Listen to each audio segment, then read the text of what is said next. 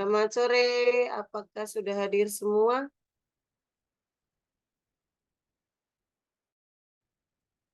Sore, Bu. Udah sebagian besar sih, Bu.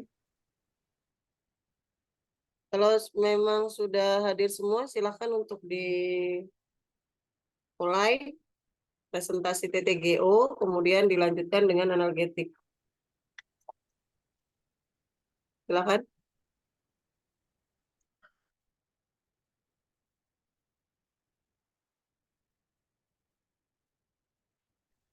Bu izin share screen ya, Bu.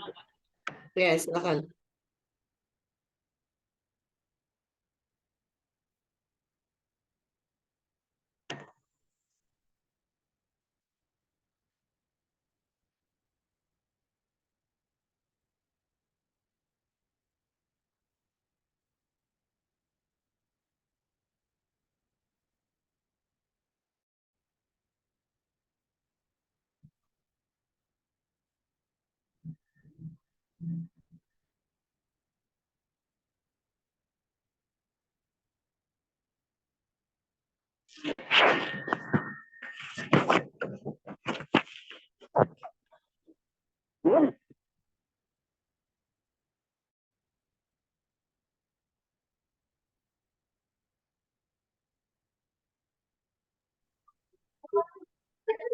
Bismillahirrahmanirrahim, Bu izin kami mulai ya, Bu.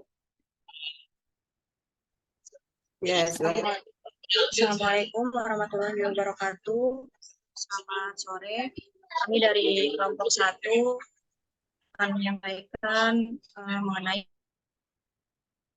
publikemik, glibenclamid, dan akarbos, metode TTGO pada mencit DDY. Kelompok kami terdiri dari Anita Rahman, saya sendiri Dia Ayu, Ilmi Mulia, Indah Fatia, Iskandar Hakim, Lulu Ilmahnun, Mutiara Andini, Nia Febriana, Nia Mulyani, Sylvie Nuraini, Siti Askia Zahra, Teguh Setiawan, dan Yudita. Kemudian tujuan dari praktikumnya, mekanisme kerja ADO glibenclamid dan akarbos dengan metode uji toleransi glukosa oral terhadap pencit DDY melalui induktor sakarosa. Kemudian menetapkan kekuatan efek hipoglikemik, membuktikan glibenclamid dan akarbos berefek hipoglikemik. Akarbos berdasar persen peningkatan GDP ke gula darah setengah jam setelah makan. Kemudian glibenclamid berdasar persen penurunan GDP ke gula darah 2 jam setelah makan. Kemudian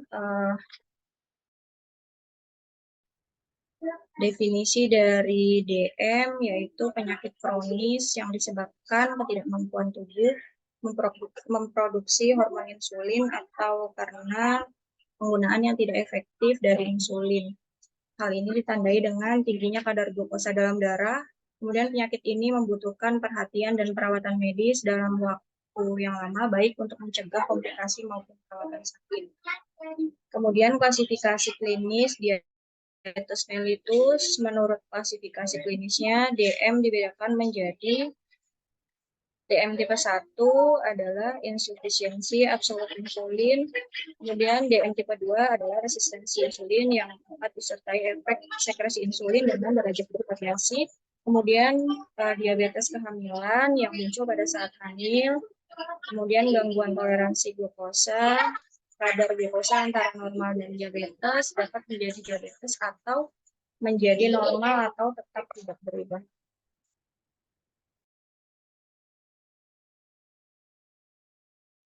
Kadar tes laboratorium darah untuk diagnosis diabetes dan prediabetes. Untuk kadar normalnya HbA1c itu kurang dari 5,7 dan glukosa darah puasanya 70 sampai 99. Glukosa plasma 2 jam setelah TTGO 70 sampai 139. Untuk prediabetes HbA1c-nya 5,7 sampai 6,4. Glukosa darah puasanya 100 sampai 125, glukosa plasma 2 jam setelah TTGO 140 sampai 199.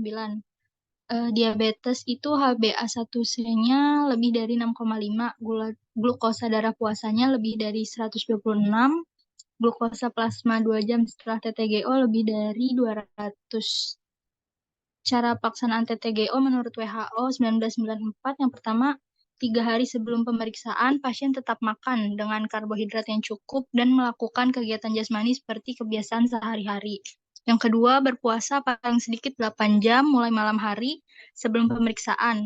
Minum air putih tanpa glukosa tetap diperbolehkan. Yang ketiga, dilakukan pemeriksaan kadar glukosa darah puasa. Yang keempat, diberikan glukosa 75 gram untuk orang dewasa atau 1,75 gram per kilogram berat badan anak-anak. Dilarutkan dalam air 250 ml dan diminum dalam waktu 5 menit. 5. Berpuasa kembali sampai pengambilan sampel darah untuk pemeriksaan 2 jam setelah minum larutan glukosa selesai. Yang keenam, dilakukan pemeriksaan kadar glukosa darah 2 jam sesudah beban glukosa. Yang ketujuh, selama proses pemeriksaan, subjek yang diperiksa tetap istirahat dan tidak merokok.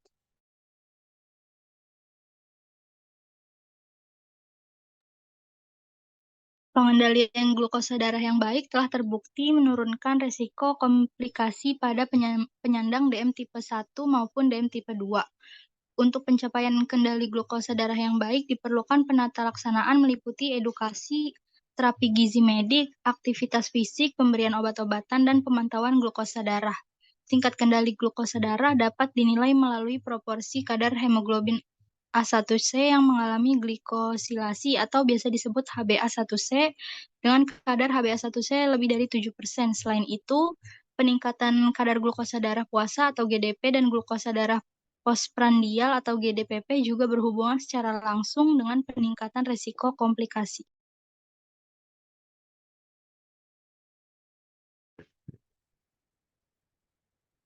Selanjutnya ada target glukosa darah untuk penyandang DM.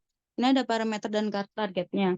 Pertama ada glukosa darah preprandial kapiler. Targetnya itu 80 sampai 130 mg per dl. Glukosa darah 1 sampai 2 jam postprandial kapiler, targetnya kurang dari 180 mg per dl. Target glukosa darah untuk penyandang DM dengan kehamilan. Glukosa darah puasa kapiler itu kurang dari 95 mg per desiliter. Glukosa darah 1 jam postprandial kapiler kurang dari 140 mg per desiliter. Glukosa darah 2 jam postprandial kapiler kurang dari 120 mg per desiliter. Target glukosa darah untuk penyandang diabetes mellitus gestasional. Glukosa darah puasa kapiler itu kurang dari 95 mg per desiliter. Glukosa darah 1 jam postprandial kapiler kurang dari 140 mg per desiliter. Glukosa darah 2 jam postprandial kurang dari 120 mg per desiliter.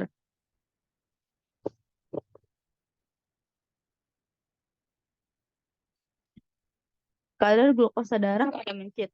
Mencit merupakan dasar dan rekayasa genetika pada hewan, karena sebagian besar gen mencit melakukan fungsi yang sama pada mencit seperti gen manusia berfungsi pada manusia. Maka mencit dipandang sebagai hewan ideal untuk studi perkembangan dan penyakit manusia. Kadar glukosa darah yang sepanjang hari bervariasi, di mana akan meningkat setelah makan dan kembali normal dalam waktu 2 jam. Kadar glukosa darah yang normal manusia adalah 80 sampai 110 mg per desiliter darah. Sedangkan pada mencit kadar gula darah yang normal adalah 62,8 sampai 176 mg per desiliter. Apabila kadar glukosa dalam darah melebihi angka tersebut, maka dapat dipastikan dalam keadaan hiperglikemik.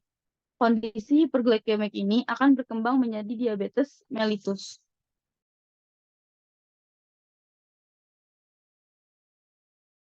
Golongan obat anti hiperglikemia oral. Yang pertama, pengacu sekresi insulin golongan sulfonilurea, ada glibenclamid, glipizid, glimepirid, glikidon, dan glikazid. Golongan glinid, ada repaglinid dan nateglinid. Peningkatan sensitivitas terhadap insulin, ada metformin dan thiazolidinedion. Yang ketiga, ada penghambat alfa glukosidase, ada akarbos. Yang keempat, ada penghambat enzim dipeptidil peptidase 4. Contohnya ada vildagliptin, linagliptin, sitagliptin, sakagliptin, alugliptin. Yang kelima, ada penghambat enzim sodium glukos cotransporter 2. Contohnya ada Forxiga dan Jardiase.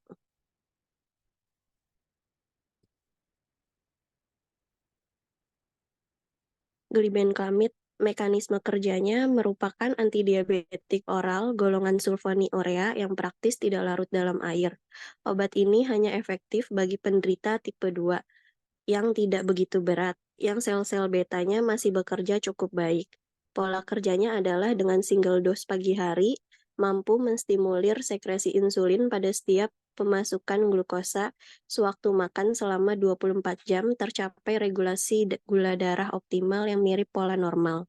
Efek sampingnya yang pertama, hipoglikemia yang dapat terjadi secara terselubung dan ada kalanya tanpa gejala khas. Yang kedua, jarang terjadi gangguan lambung seperti mual, muntah, diare, sakit kepala, pusing, rasa tidak nyaman di mulut, juga gangguan kulit alergis. Yang ketiga, nafsu makan diperbesar dan berat badan bisa naik, terutama pada mereka yang tidak menaati diet. Yang keempat, toleransi dapat timbul pada 5-10% pasien sesudah beberapa tahun. Mungkin karena sel-sel beta hilang kepekaannya terhadap insulin. Untuk dosisnya, permulaan sekali sehari 2,5-5 mg, bila perlu dinaikkan setiap minggu sampai maksimal 2 kali sehari 10 mg. Akarbos, mekanisme kerja, obat ini bekerja secara kompetitif, menghambat kerja enzim alfa glukosidase di dalam saluran cerna sehingga dengan demikian dapat menurunkan penyerapan glukosa dan menurunkan hiperglikemia postprandial. Obat ini bekerja di lumen usus dan tidak menyebabkan hipoglikemia dan juga tidak berpengaruh pada kadar insulin. Efek sampingnya, tegang usus, banyak gas di usus atau bertahap, sakit perut, dan diare. Dosisnya mula-mula sehari 3 kali 50 mg sebelum makan, maksimal sehari 3 kali 100 mg. Selanjutnya metode pemeriksaan glukosa darah. Ada 3 metode, metode oksidasi reduksi, metode kondensasi, sama metode enzimatis. Metode enzimatis menggunakan enzim yang bekerja secara spesifik terhadap glukosa dengan hasil yang relatif lebih cepat dibanding metode lainnya. Alat glukometer menggunakan metode enzimatis. Contoh alatnya adalah AkuCek.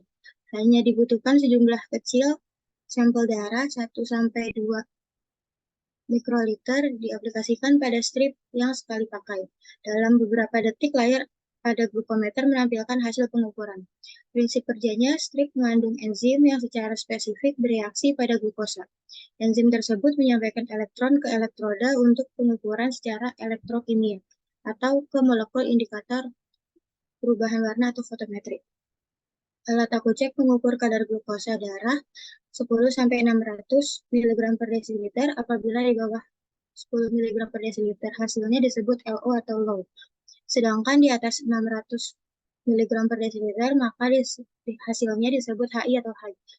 Lembar enzim AkuCek berwarna orange atau hijau tidak boleh disentuh karena mudah rusak serta simpan dalam tub tertutup rapat.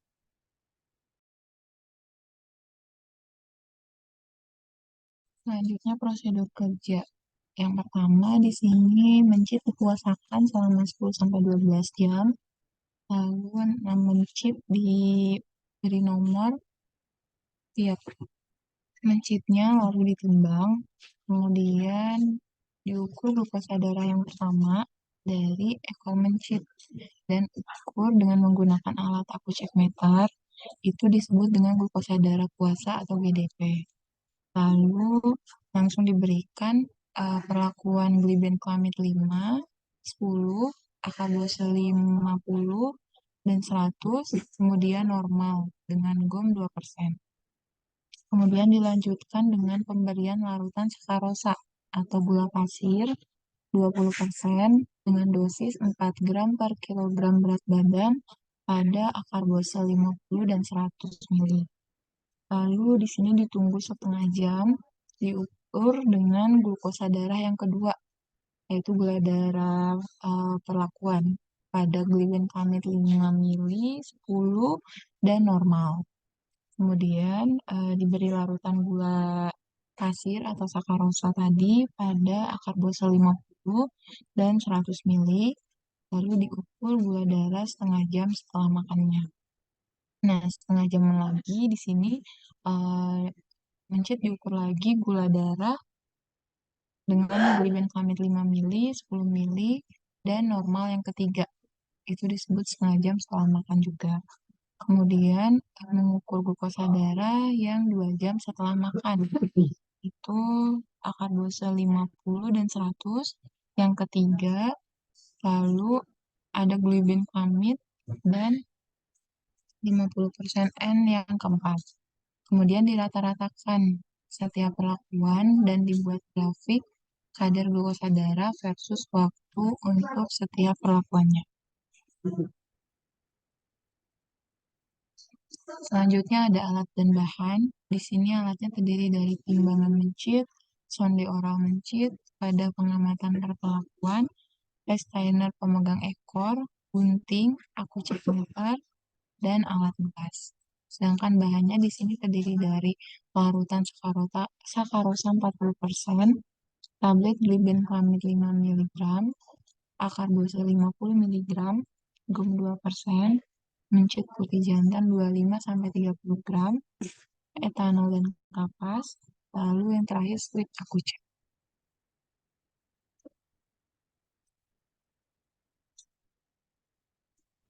Kemudian perhitungan dosis. Pada mencit pertama, karbose 50 mg. 50 mg dibagi 60 kg dikali 12,3 dikali 0,028 sama dengan 0,287 mg. 0,287 mg dibagi 1 mg dikali 1 mili sama dengan 0,29 mili. Mencit yang kedua, karbose 100 mg. 100 mg dibagi 60 kg dikali 12,3 dikali 0,03 hasilnya 0,615 mg. 0,615 mg dibagi 2 mg dikali 100 mili sama dengan 0,13 mili. Mencit ketiga, glibenclamid 5 mili. 5 mg dibagi 60 kg dikali 12,3 dikali 0,03 sama dengan 0,03 mg. 0,03 dibagi 1 mili dikali 1 dibagi 1 mg dikali 1 mili sama dengan 0,3 mili. Mencit ke-1, sakarosa 28 dibagi 1000 dikali 4 sama dengan 0,112 gram. 0,112 gram dibagi 40 dikali 100 mili sama dengan 0,28 mili. Mencit yang kedua, sakarosa 30 dibagi 1000 dikali 4 sama dengan 0,12 gram. 0,12 gram dibagi 40 dikali 100 mili sama dengan 0,3 mili. Mencit yang ketiga, sakarosa 30 dibagi 1000 dikali 4 sama dengan 0,12 gram. 0,12 gram dibagi 40 dikali 100 mili sama dengan 0,3 mili. Pada mencit keempat, glibenclamid 10 mg. 10 mg dibagi 60 kg dikali 12,3 dikali 0,027 sama dengan 0,055 mg. 0,055 mg dibagi 0,2 mg dikali 1 mili sama dengan 0,275 mili. Mencit yang kelima atau sakarosa 26 dibagi 1000 dikali 4 dikali 0,104 gram. 0,104 gram dikali 100 mili sama dengan 0,26 mili. Mencit yang keenam, normal 2, 28 bagi 30 dikali 0,3 mili sama dengan 0,28 mili. Mencit 4, sakarosa 27 dibagi 1000 dikali 4 sama dengan 0,108 gram. 0,108 gram dibagi 40 dikali 100 mili sama dengan 0,27 mili. Pada mencit kelima, normal 1, 26 dibagi 30 dikali 0,3 mili sama dengan 0,26 mili. Pada mencit ke-6, sakarosa 28 dibagi 1000 dikali 4 sama dengan 0,112 gram. 0,112 gram bagi 40 dikali 100 mili sama dengan 0,28 mili. Perhitungan dan pembuatan sediaan. Pada perlakuan GOM, mencit 20 gram 2%, volumenya 0,40, miligramnya 2000, volume airnya 100, etiketnya GOM 2%. Perlakuan akarbose, miligram 50, volume airnya 10, etiketnya akarbos 0,5 mg per mili, sediaan induk. Perlakuan pada akarbos 50,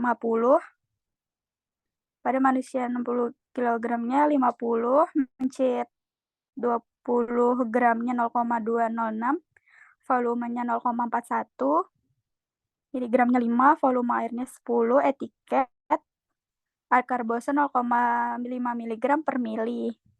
Pada perlakuan akarbose 100, manusianya 100, mencit 20 gram 0,411, volume milinya 0,41, miligramnya 5, volume airnya 10, etiketnya akarbose 1 mg per mili. Pada perlakuan glibenclamid 5 mg per tablet, miligramnya 5, volumenya 10, pada etiket glibenclamid 0,5 mg per mili, sediaan induk. Perlakuan glibenclamid 5, manusia 5, mencit 20 gram 0,021, volume milinya 0,41, pada miligram 0,5, volume airnya 10, etiketnya glibenclamid 0,05 mg per mili. Perlakuan glibenclamid 10,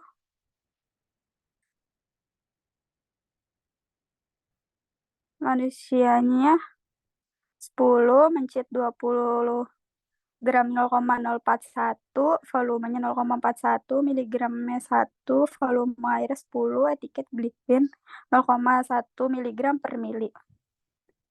Pada sakarosa mencit 20 gram 0,08, volumenya 0,4, miligram 4000, volume 20, etiket sakarosa 20% dalam Aquades.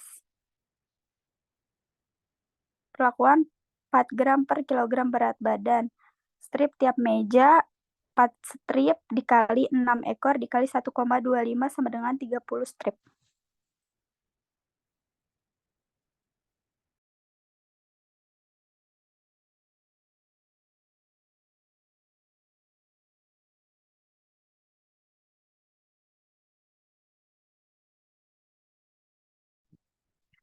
Pembuatan sediaan. 1. Timbang 2 gram GOM, gerus dalam lumpang, tambahkan Aquades sedikit demi sedikit, add 100 ml beker gelas, beri etiket GOM 2%. Yang kedua, 1 tablet akarbos 50 mg, digerus dengan GOM 2%, sedikit demi sedikit, add 10 ml. Beri etiket 5 mg per mili. Sediaan induk. Yang ketiga, akarbos 50 dibuat dengan mengencerkan 1 mili sediaan induk, dengan GOM 2% sedikit demi sedikit, add 10 mili vial. Etiketnya akarbos 0,5 mg per mili. Akarbos 100 dibuat dengan mengencerkan 2 mili sediaan induk dengan GOM 2% sedikit demi sedikit, add 100 mili vial. Etiketnya akarbos 1 mg per mili. Yang kelima, 1 tablet glibenclamid 5 mg digerus dengan GOM 2% sedikit demi sedikit, add 10 mili. Beri etiket 0,5 mg per mili. Sediaan induk. Yang keenam, glibenclamid 5 dibuat dengan mengencerkan 1 mili sediaan induk dengan GOM 2% sedikit demi sedikit, add 10 mili vial. Etiket glibenclamid 0,05 mg per mili. Yang ketujuh, glibenclamid 10 dibuat dengan mengencerkan 2 mili sediaan induk dengan GOM 2% sedikit demi sedikit, add 10 mili vial. 10 mili vial, etiket glibenclamid 0,1 mg per mili.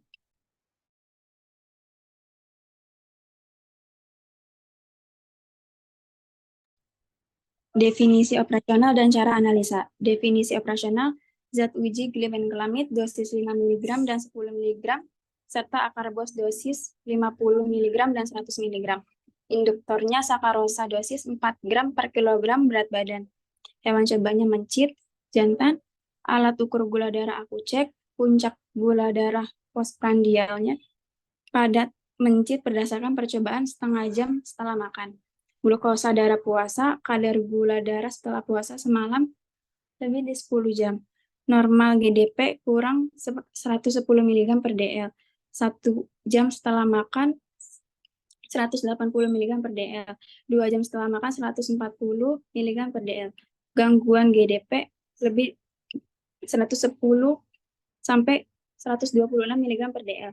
Gangguan toleransi glukosa 2 jam setelah TTGO GD 140 sampai 200 mg per dl. Cara analisa. Dat berefek hipoglikemik apabila akarbos persen peningkatan dari GDP ke GD setengah jam setelah makan. Normal GD setengah jam setelah makan. Glibenclamid persen penurunan GDP ke 2 jam setelah makan. Normal GDP.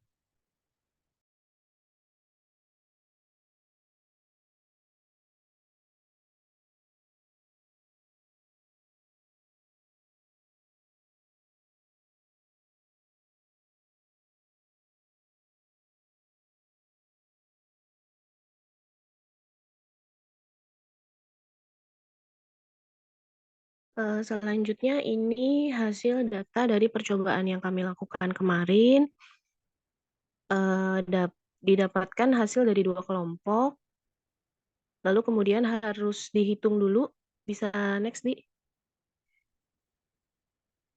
Nah, di sini bisa dikatakan berefek. Jadi itu kita harus hitung dulu normal penambahannya dan normal pengurangannya.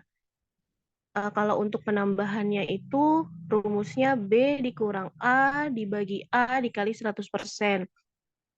Contohnya yang normal pertama. Kita ambil datanya yang normal 1. Contohnya 184 berarti dikurang 146 dibagi 146 dikali 100% itu didapatkan hasil 26% untuk normalnya. Lalu kita contoh hitung akar bosenya. Akar bose pakai yang akar bose 50 yang moncit nomor 3. Itu kita hitung dulu persen penambahan dan pengurangannya. Jadi setelah dihitung 97 dikurang 106 dibagi 97 dikali 100% didapatkan minus 84. Untuk akar bose sendiri itu kan hasil persen peningkatannya harus kurang dari normal. Tadi normalnya 26% yang untuk peningkatan. Lalu akar bose peningkatannya persennya itu minus 8,4. Berarti kurang dari normal berarti berefek. Begitu selanjutnya untuk data sampai bawah dihitung persen penambahan dan pengurangannya dulu untuk menyimpulkan dia berefek hipoglikemik atau tidak.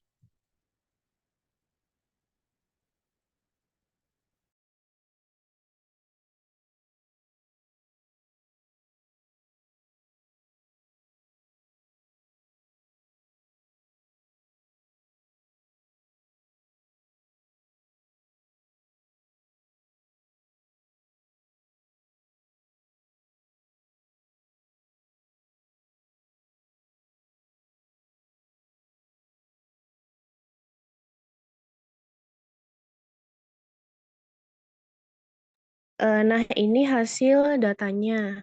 Tadi kan normalnya 26 peningkatannya. Terus akar bosenya itu harus dikatakan berefek jika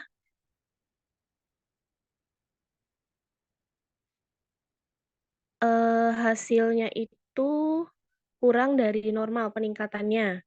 Dari data yang dilampirkan itu kan kurang dari 2,6.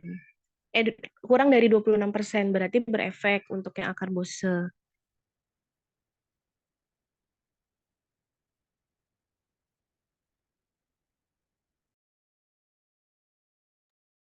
Next, Di.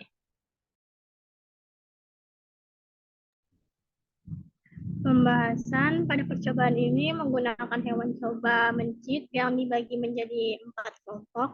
Setiap kelompok diberi 6 mencit dan dengan beberapa percobaan diberikan perlakuan secara oral dengan obat arkabos, glibenclamid, sakarosa, dan GOM dengan perlakuan waktu yang berbeda, yaitu ketika GDP 30 menit setelah makan dan 120 menit setelah makan.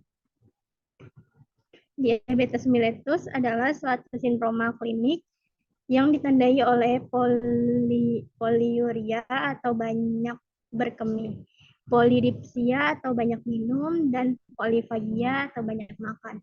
Disertai peningkatan kadar glukosa darah atau hiperglikemia atau glukosa puasa lebih kurang sama dengan 126 mg per dl atau postprandial lebih kurang 200 mg per dl atau glukosa sewaktu lebih kurang 200 mg per dl. Glibenclamid merupakan antidiabetik oral golongan sulfonylurea yang praktis tidak larut dalam air. Obat ini hanya efektif bagi penderita tipe 2 atau non-insulin dependent diabetes mellitus yang tidak begitu berat, yang sel betanya masih bekerja cukup baik.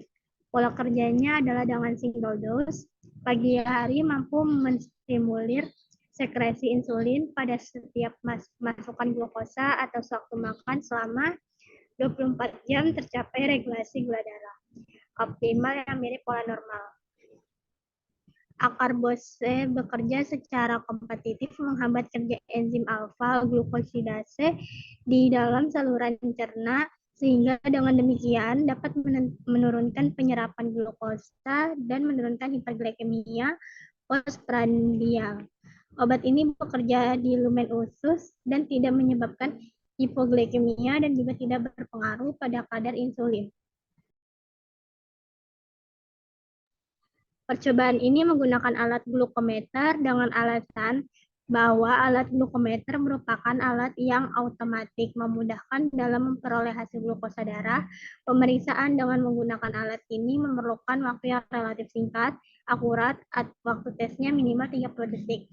Dalam percobaan ini terdapat hasil di mana mencit yang diberikan glibenclamid mengalami hipoglikemik. Data percobaan yang dilakukan, glibenclamid merupakan obat antidiabetik yang efektif di mana didapatkan penurunan kadar glukosa setelah pemberian obat yang penurunannya berangsur-angsur ke kadar normal, yaitu 70 sampai 110 mg per dl. Percobaan ini bertujuan membandingkan adanya hubungan dosis dengan efek, bahwa bila dosis lebih besar memiliki efek hipoglikemik lebih kuat, di mana mencit yang diberikan glibenclamid dengan dosis 10 mg mengalami persentase penurunan kadar glukosa yang lebih besar dibandingkan dengan mencit yang diberikan glibenclamid 5 mg.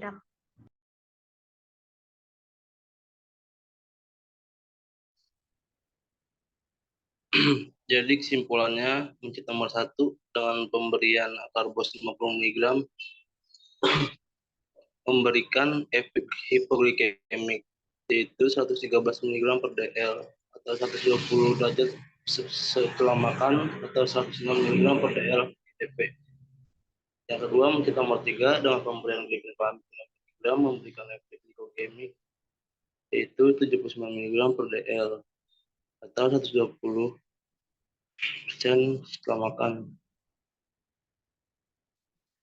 kurang dari 142 mg per dl GDP. Mencit nomor 6 dengan pemberian normal 2 memberikan efek hipoglikemik 93 mg per dl 120 sebelum setelah makan atau 130 mg per dl GDP. Yang mencit nomor 2 dengan pemberian acarbose 100 mg tidak memberikan efek hipoglikemik karena 158 mg per dl lebih dari 197 mg per dl GDP. Mencit nomor 5 dengan pemberian normal 1 memberikan efek hipoglikemik 80 mg per dl atau kurang dari 146 mg per dl GDP. Jadi penurunan gula darah pada pemberian acarbose 50 mg dan glibenclamid 2 mg yaitu minus 44,36. Dinyatakan memiliki efek hipoglikemik. Persen peningkatan gula darah pada pemberian acarbose 50 mg yaitu 8,5 karbos 100 mg yaitu minus 29,95. Glibenclamid 5 mg minus 33,53 dan glibenclamid 10 mg minus 19,31. Dinyatakan memiliki efek hipoglikemik.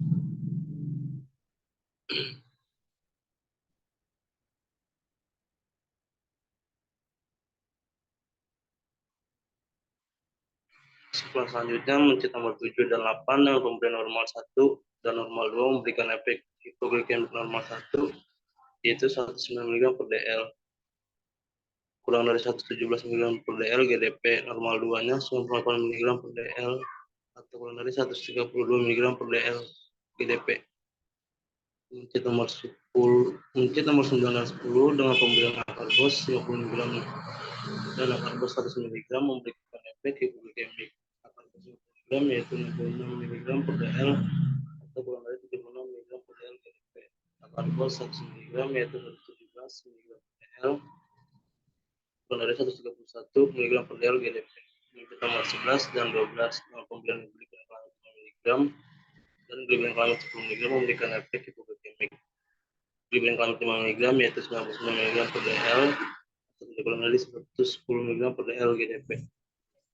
Glibenclamid 10 mg 89 mg per dl 110 mg per dl per gp.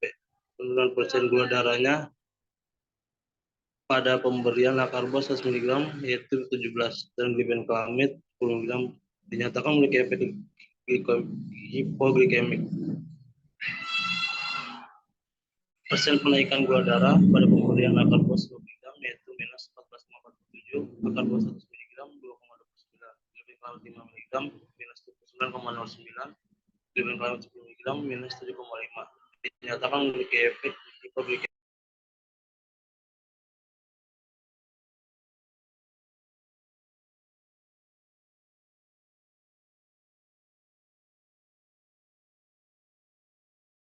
Selanjutnya berikut hasil dokumentasi dari hasil praktikum. Yang pertama ini ada alat cek gula darahnya menggunakan alat ASUCek. Lalu ada proses pengecekan gula darah pada mencit, kemudian sediaan obat akarbos 50, 100 mg, glibenclamid 5 dan 10 mg, GOM dan sakarosa. Kemudian ini hasil pada pemeriksaan gula darah puasa pada mencit kedua dan ketiga.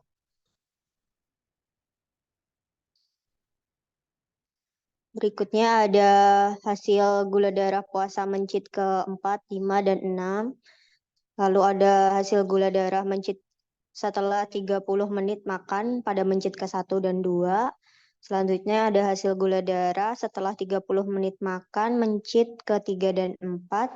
Dan hasil gula darah setelah 30 menit makan hasil mencit ke-5 dan 6.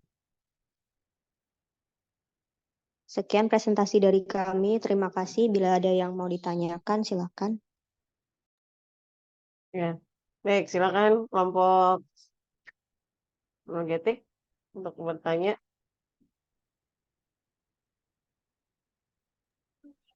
Ibu izin bertanya, Bu. Ada dua, Bu. Ya, ya, Mbak Seli.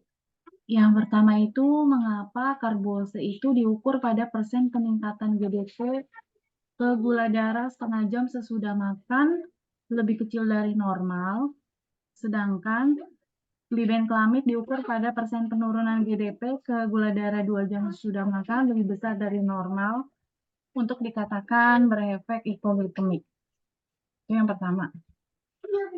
Kemudian yang kedua, mengapa pada perlakuan akarbose langsung diberikan larutan sakarosa, sedangkan pada glibenclamid ditunggu sekitar setengah jam dan diukur gula darahnya baru diberikan larutan sakarosa.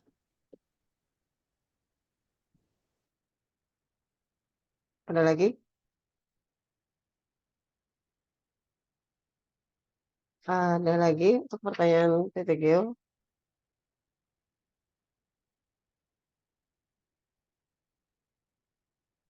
Gak ada? Mbak Seli aja yang nanya.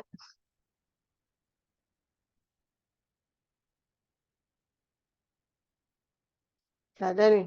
Silakan dijawab dulu kelompok TTGO.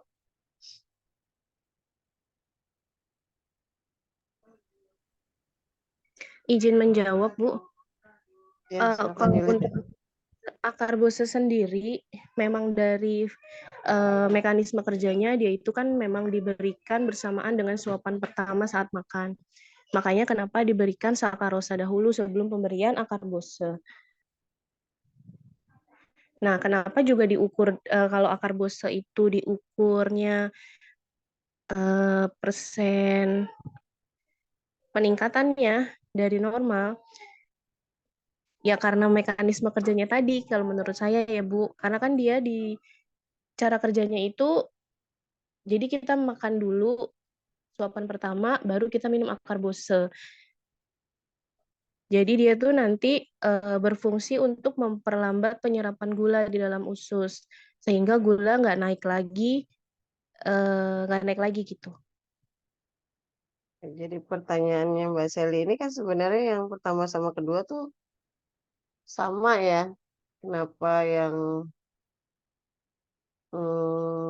karboset 30 menit itu akan turun, sedangkan yang gliben 2 jam ya. Nah itu hampir sama dengan pertanyaan kedua, kenapa juga karboset langsung diberikan sakarosa sedangkan gliben klamid itu. Mungkin bisa dijelaskan lebih lengkap ya. Ada nggak cara kerja, mekanisme kerja dari akar bose dan gliben klamid, tapi yang secara singkat aja gitu. Hanya di PPT saya ada di. Kalau gliben itu cara kerjanya gimana, akar bose itu kerjanya bagaimana gitu. Nah itu yang sebenarnya melatar belakangi ini apa cara pengukurannya, bahkan cara pemberiannya.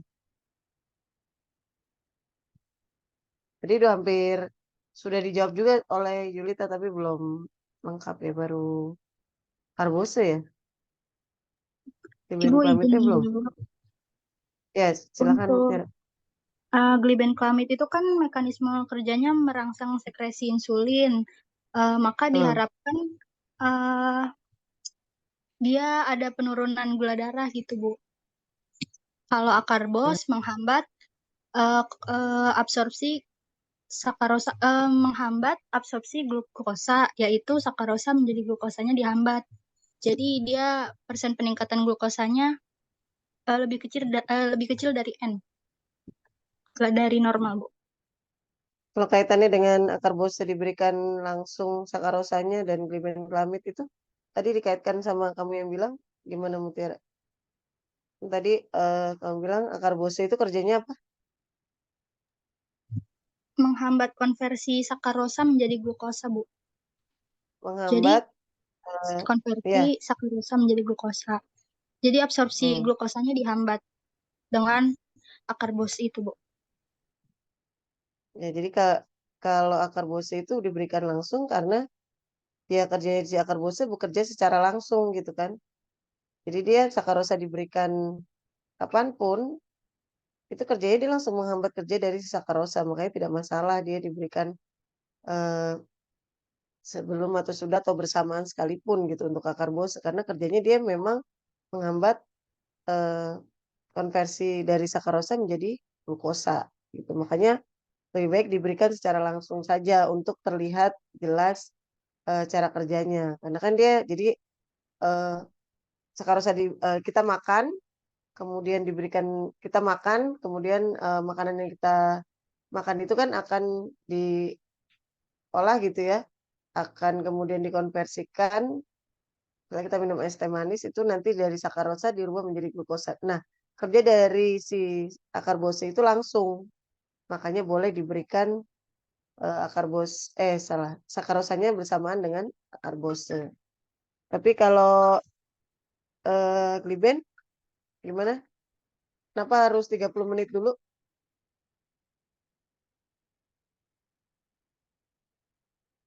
Ada yang bisa? Mekanisme kerjanya gimana dia?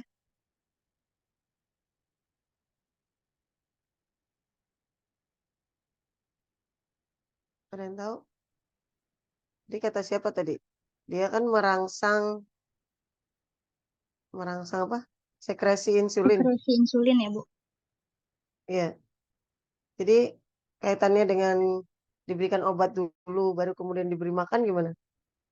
Kalau karbose tadi kan jelas ya dia langsung kerja langsung di saat itu juga.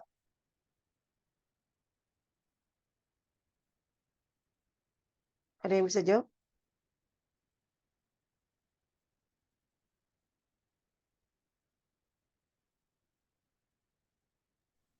Ibu boleh izin jawab, Ya, silakan. tapi saya bukan kelompok yang presentasi. Nggak apa-apa. Kenapa tadi kan itu kenapa diberikan setelah makan ya, Bu? Apanya setelah makan? Enggak, yang belum terjawab adalah kenapa gliben itu sakarosanya baru harus diberikan 30 menit kemudian gitu. Karena pada Kaitkan saat makan tubuh Ya. itu sel beta pankreas memproduksi hormon insulin. Terus ada yang bisa jawab? Jangan yang nanya ngerti jawabannya nih Mbak Seli. Ibu izin jawab, Bu. Ya, Lulu, silakan. Karena si Arkabus ini dia cara kerjanya memperlambat penyerapan glukosa. Jadi efeknya bisa menurunkan kadar glukosa. Bukan yang glibennya, yang karbose kan tadi sudah jelas. Kenapa dia diberikan langsung karena kerja dari karbose tuh dia kerjanya langsung ya bisa langsung menghadang konversi dari sakarosa menjadi glukosa. Nah, kalau gliben tuh kenapa harus diberikan 30 menit kemudian? Jadi kan diobatin dulu baru kemudian dikasih makan. Jadi intinya kan diberikan sebelum makan ya. Gitu kan? Benar nggak? Kalau gliben dulu kemudian baru makan kan berarti bisa dikatakan bahwa gliben ini diberikannya dalam keadaan perut kosong kan? Kenapa tuh? Ada yang tahu?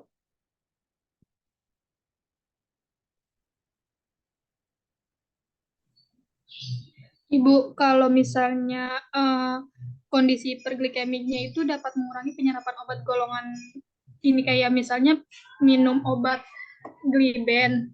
Kenapa sebelum atau sesudah 30 menit setelah makan? Karena dapat mengurangi kerja obatnya, Bu. Jadi interaksi gitu. Iya, interaksi obatnya berkurang.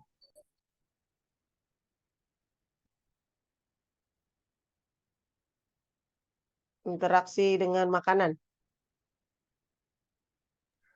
Penyerapan obatnya berkurang ya, Bu. Jadi Glibenclamid itu paling baik adalah memang diberikan pada saat perut kosong. Kenapa? Kalau dia dilakukan bersamaan seperti akarbose, berarti kan kondisi tubuh dalam keadaan hiperglikemi. Jadi gula darah menaik. Gula darah naik lagi. Jadi kan posisinya puasa ya, sebelum diberikan obat. Nah, kalau glibenclamid itu kerjanya akan berkurang atau menjadi tidak maksimal kalau kondisi tubuh gula darahnya sedang naik. Jadi kenapa makanya glibenclamid itu diberikan sebelum makan atau dalam keadaan perut kosong. Kan kalau kita lihat kan glibenclamid dulu di puasa dikasih glibenclamid kemudian baru diberikan makan gitu ya. Dengan kata lain glibenclamidnya ini baru diberikan dalam keadaan kosong atau sebelum makan. Nah, ternyata glibenclamid ini kerjanya menjadi lebih berat gitu ya, menjadi tidak efektif itu kalau kondisi tubuh dalam kondisi hiperglikemi, jadi sedang tinggi gitu. Itu ya, itu yang menjadi alasannya dan juga alasan yang lain adalah karena kerjanya juga berbeda antara karbose dengan si glibenclamid. Gitu. Kalau Karbose itu kerjanya di usus, kalau glibenclamid itu di mana namanya yang memproduksi insulin? Pankreas, Bu. Di pankreas. Itu kerjanya cukup berbeda tempatnya ya. Itu menjadi alasan kenapa pemberiannya seperti itu. Seperti itu. Gitu. Itu Mbak Selin jawabannya. Iya, Bu. Berarti kalau yang kenapa, Bu, dia itu berefek hipoglikemi ketika glibenclamid itu penurunan GDP ke gula darah 2 jam gimana, Bu? Kenapa? Kenapa glibenclamid Jam. itu dikatakan berefek hipoglikemi ketika diukur pada persen penurunan GDP-nya ke gula darah 2 jam sesudah makan lebih besar dari normal? Dia bukan gula darah 2 jamnya. Kan itu kan bukan gula darah 2 jam dibagi dengan gula darah puasa. Tapi kan Kan rumusnya persen A dikurangi C dibagi A dikali 100. dikurangi gula darah puasa dulu kan? Iya, betul. Iya, jadi bukan di gula darah 2 jam. Jadi sebenarnya kalau melihat persen peningkatan dengan persen penurunannya, itu hanya untuk melihat membedakan kerja dari si obatnya kerja di mana tadi yang saya bilang kalau akarbose kerjanya di usus, sedangkan glibenclamid kerjanya di pankreas gitu ya. Sedangkan kalau bicara tentang gula darah 2 jam dengan 30 menit, kan sebenarnya kita mau ngelihat yang ada di DO tadi. Di DO tadi disampaikan bahwa gula darah GDPP sewaktu atau biasa kita sebutnya gula darah sewaktu itu untuk mencit itu adanya di setengah jam setelah makan. Gitu ya berdasarkan penelitian sebelumnya. Nah, seharusnya gula darah 2 jam itu harusnya turun seperti normal atau bahkan mendekati dari gula darah puasa. Sebenarnya itu yang mau dilihat. Ya, jadi bukan kenapa diabetes. Glibenclamid itu diukur di 2 jam, tapi yang karbose diukur di setengah jam. Itu bukan, tapi untuk 30 menit dan 2 jamnya itu untuk melihat benar atau tidak gula darah sewaktunya itu tertinggi di setengah jam setelah makan.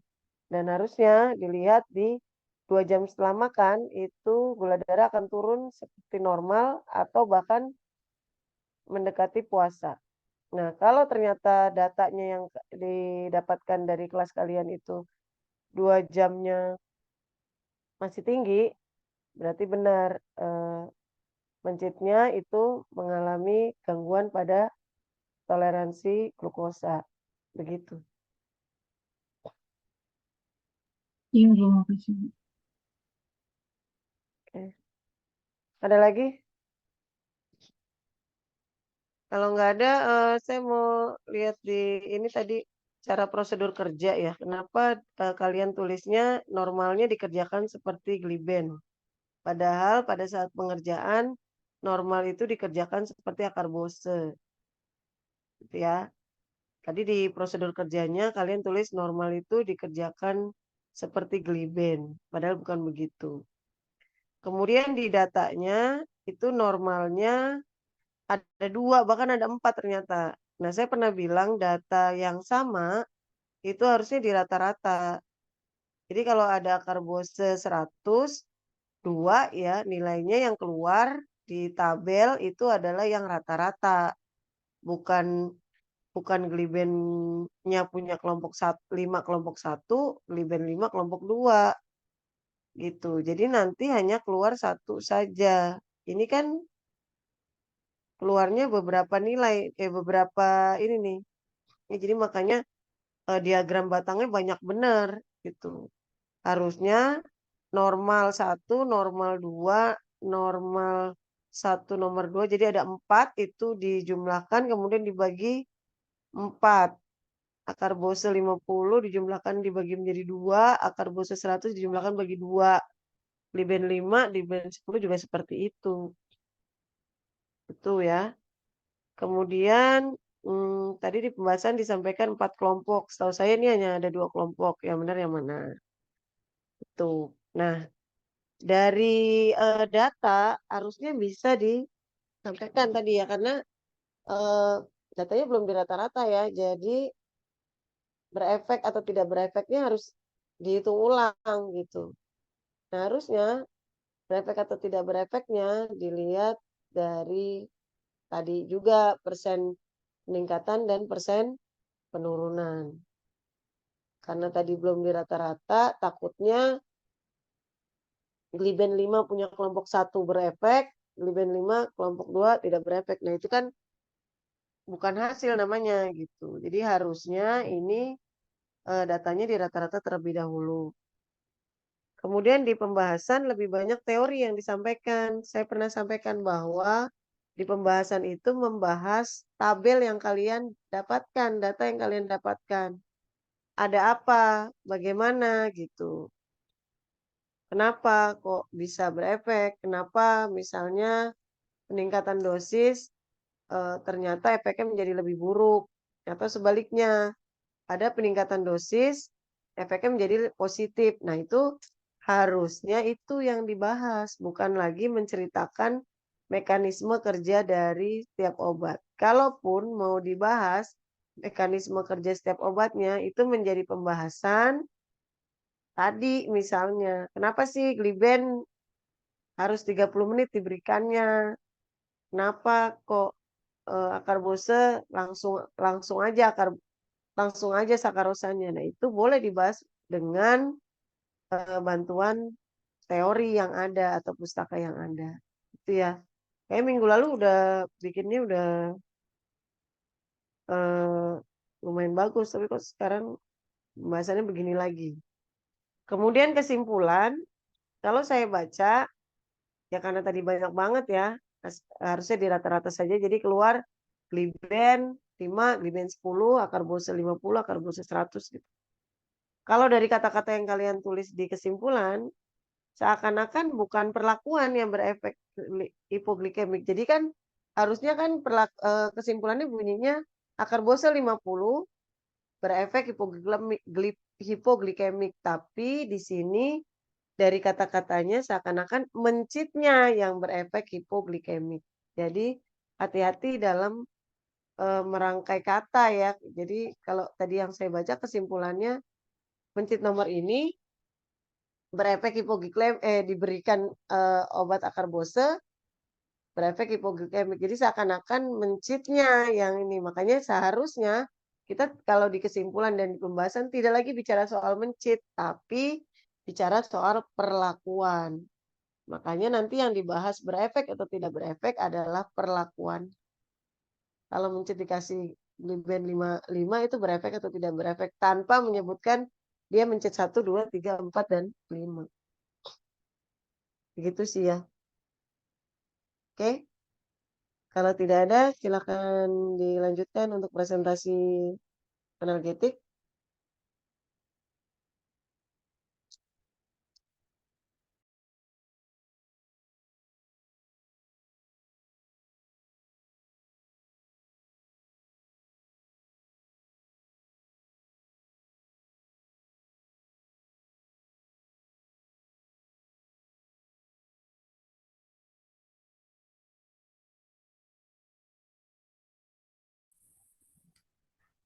Izin dimulai ya, Bu. Ya. Assalamualaikum warahmatullahi wabarakatuh. Di sini kami mau menjelaskan materi tentang perbandingan efek analgetik, parasetamol, diklopena, kodein, serta kombinasinya secara IP pada mencit, dan hasil data praktikum yang kami peroleh.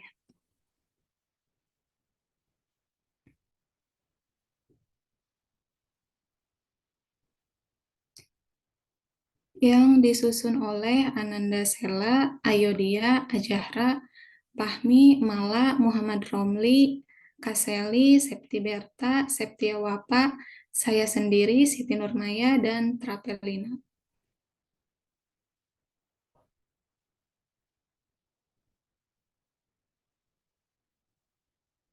Berikutnya definisi nyeri.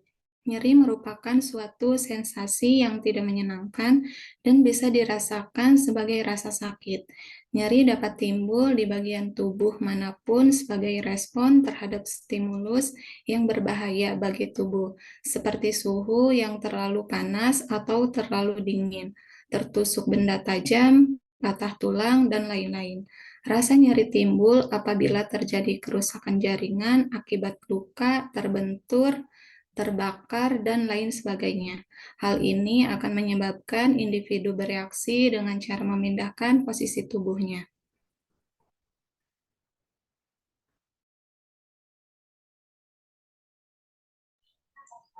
Selanjutnya ada pengertian ambang nyeri. Ambang nyeri adalah tingkat atau level di mana nyeri dirasakan untuk pertama kali. Lalu ada mediator nyeri adalah polipeptida atau rangkaian asam amino yang dibentuk dari protein plasma. Contohnya histamin, serotin, bradikinin, leukotrien, dan prostaglandin. Sensasi nyeri yang terjadi mendorong individu yang bersangkutan untuk mencari pengobatan, antara lain dengan mengkonsumsi obat-obatan penghilang rasa nyeri atau analgetik adalah obat yang digunakan untuk menghambat atau mengurangi rasa nyeri tanpa menghilangkan kesadaran. Saat ini telah banyak beredar obat-obat sintetis seperti obat antiinflamasi non-steroid atau AINES.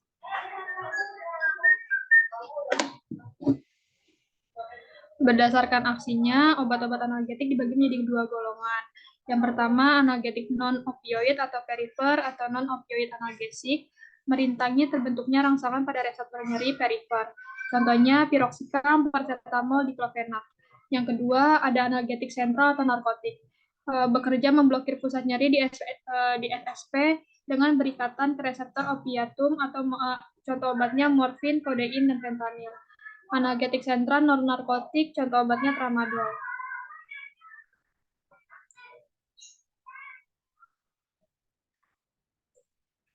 Diklofenak adalah obat antiinflamasi non-steroid golongan derivat asam fenilasetat bersifat non-selektif pada proses penghambatan sikloksigenase. Natrium diklofenak bukan hanya penghambat sikloksigenase yang kuat, tetapi juga memiliki efek antipiretik dan analgesik. Pemberian diklofenak secara sistemik mengakibatkan efek samping tukak lambung karena berkurangnya sifat proteksi mukosa lambung.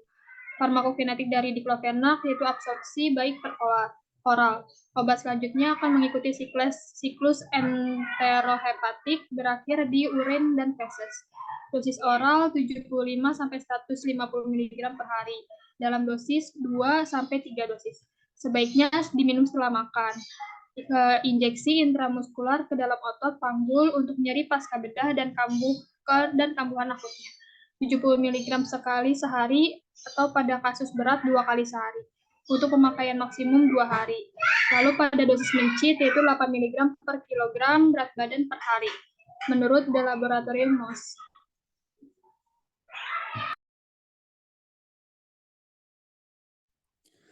Selanjutnya, kombinasi diklofenak dan paracetamol. Sodium diklofenak diketahui sebagai NSAID yang telah digunakan bertahun-tahun di dunia medis karena efikasi, kontrol inflamasi, dan toleransi pasien yang baik. Paracetamol memiliki kapasitas analgesik dan tingkat tolerabilitas yang baik, serta efek samping yang minimal ketika diberikan. Penelitian ini bertujuan membandingkan efikasi toleransi dan keamanan dari analgesik kombinasi sodium diklofenak dan paracetamol dengan paracetamol saja dalam pelaksanaan nyeri pasca pencabutan gigi.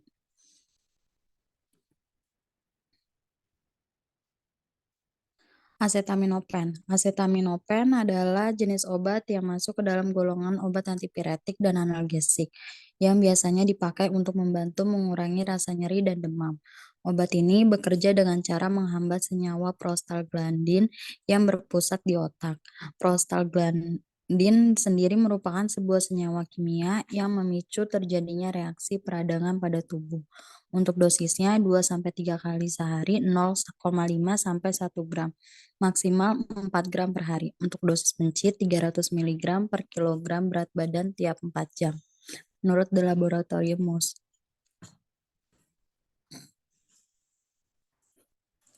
Untuk kodein termasuk dalam obat golongan opioid.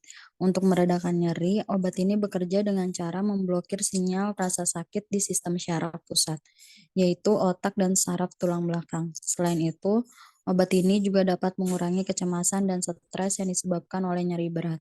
Untuk dosisnya, dewasa dosis awal 15-60 mg tiap 4 jam, dosis maksimalnya 360 mg per hari.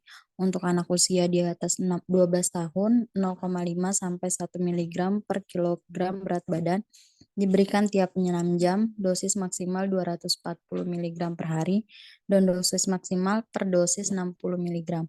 Untuk dosis mencit, 60 sampai 90 mg per kilogram berat badan.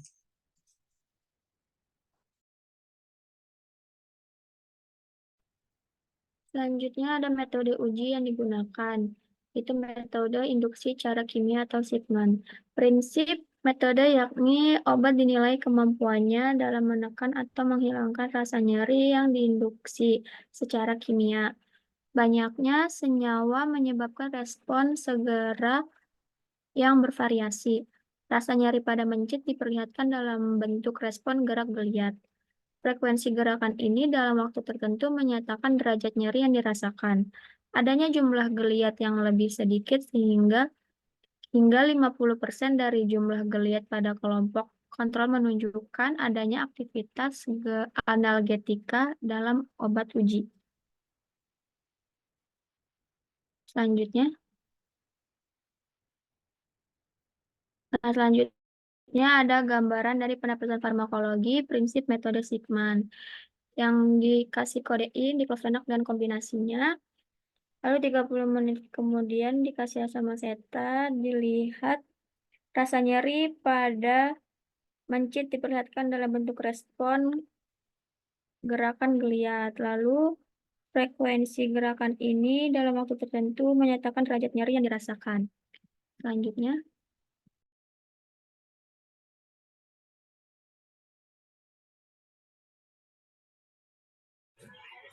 Baik, selanjutnya yaitu pada praktikum efek analgetik, IP diklofenak, paracetamol, kodein, dan kombinasinya. Next. Masuk ke perhitungan dosis yang diberikan. Pada mencit pertama, mencit nomor 1 didapatkan dosis paracetamol yaitu 0,48 mili. Asam asetatnya 0,72 mili. Mencit nomor 2 didapatkan hasil kodeinnya 0,53 mili, 53 mili, paracetamolnya 0,32 mili. Sedangkan asetatnya 0,78 mili. Pada mencit nomor 3 diklofenaknya didapatkan 0,61 mili, paracetamolnya 0,35 mili, asam asetatnya 0,8 mili. Mencit nomor 4 didapatkan diklofenaknya 0,49 mili, asam asetatnya 0,69 mili. Mencit nomor 5 asam asetatnya didapatkan nilai 0,9 mili, 2%-nya 0,6 mili.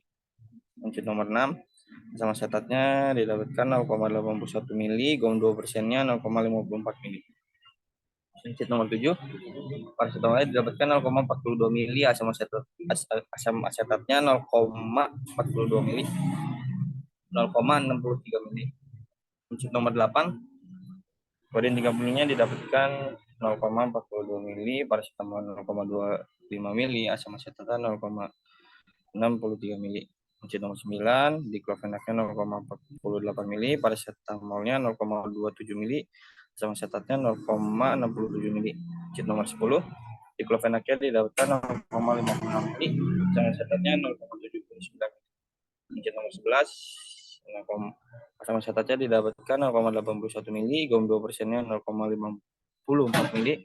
Mencit nomor 12 asam asetatnya 0,72 mili, 2%-nya 0,48 mili. Next.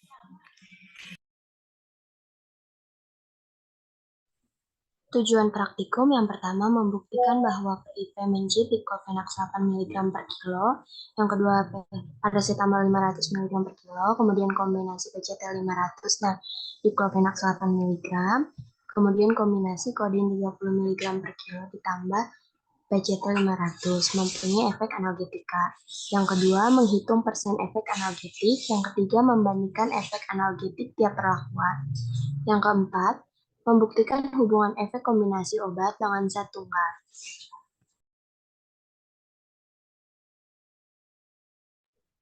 Definisi operasional. Satu geliatan sama dengan kedua pasang kaki ke depan dan ke belakang, serta perut menekan lantai kandang. Mencit yang memenuhi syarat untuk uji geliat adalah maksimal 31 menit.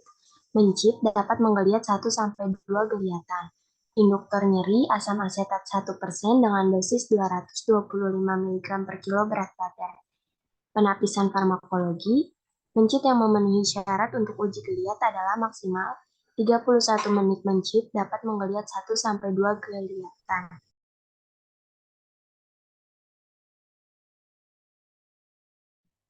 Selanjutnya, pembuatan sediaan. Untuk perlakuan GOM pada dosis, itu pada 20 gram 2%, volumenya 0,30 mili, pada sediaannya bahannya 1000 mg, volumenya 50 mili, dan etiketnya GOM 2%. Diklofenak pada dosisnya sediaan induk, pada sediaan itu bahannya 25 mg, volumenya 10 mili, etiketnya diklofenak 2,5 mg per mili. Lalu diklofenak dosisnya itu 8 mg per kilogram, pada 20 gram itu 0,16, volumenya itu 0,32 mili, pada sediaannya 5 mg untuk volumenya 10 mili, dan etiketnya diklofenak 0,5 mg per mili. Pada perlakuan kodein, dosisnya itu 30 mg per kilogram, pada 20 gram itu 0,6, volumenya 0,30 mili.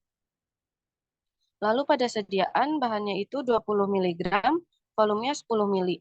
Etiketnya kodein 2 mg per mili. Lalu perlakuan paracetamol pada dosis itu 500 mg per kilogram, pada 20 gram 10 untuk volumenya itu 0,30 mili, dan pada sediaan 500 mg untuk volumenya 15 mili. Etiketnya paracetamol 33 mg per mili. Untuk perlakuan asam asetat, dosisnya itu 75 mg per kilogram, ada 20 gram itu 1,5, volumenya 0,15, dan untuk sediaan bahannya itu 1000 mg, volumenya 100 mili, dan etiketnya asam asetat 1%. Selanjutnya, prosedur pembuatan sediaan. Yang pertama itu GOM 2%, 2 gram GOM dilarutkan dalam 100 mili Aquades. Lalu kodein 20 mg 1 tablet digerus halus, dilarutkan dengan 10 mili larutan GOM, dibagi ke dalam 2 vial sama rata. Masing-masing vial diberikan label sesuai dengan keterangan etiket. Yang ketiga, diklofenak 20 mg digerus halus, dilarutkan dengan 10 mili larutan GOM, masukkan ke dalam 2 vial sama rata. Masing-masing vial diberikan label sesuai dengan keterangan etiket.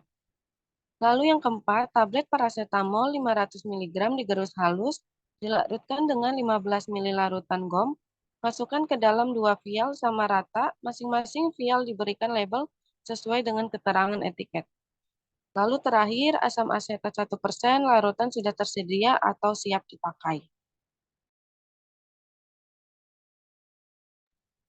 Kemudian bahan dan alat praktikum, bahannya yaitu tablet kodein 20 mg, tablet diklofenak 25 mg, tablet paracetamol 500 mg, larutan GOM 2%, larutan asam asetat 1%, etanol 70%, kapas, dan juga mencit putih jantan DDY.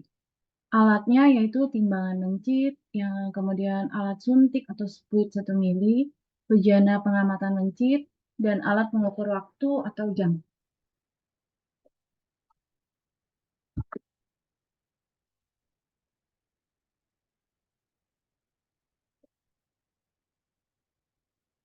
Kemudian prosedur kerja.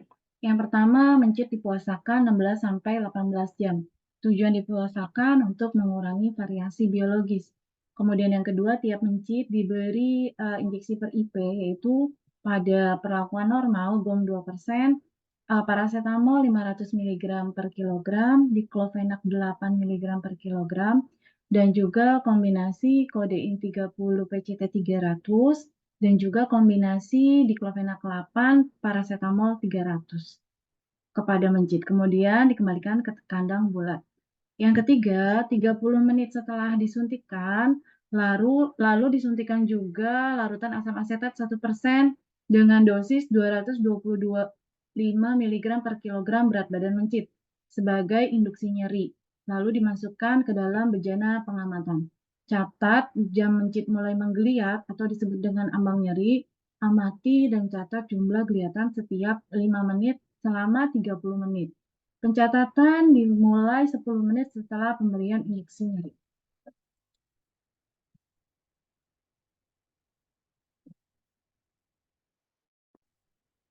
Oke, teman-teman, berikut adalah hasil pengamatan yang kita lakukan bersama.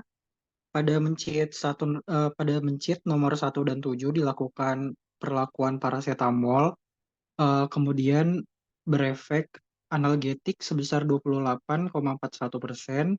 Yang kedua, perlakuan kodein dan paracetamol di mencit nomor 2 dan 8 berefek analgetik sebesar 90,91%. Dan pada mencit nomor 3 dan 9, perlakuannya itu menggunakan diclofenac dan paracetamol berefek analgetik sebesar 69,32%. Dan pada mencit nomor 4 dan 10 berefek analgetik sebesar 39,77%. Dan untuk mencit nomor 5, 6, 11, 12, perlakuannya itu normal atau asam asetat aja dan dia tidak berefek analgetik. Kemudian slide berikutnya.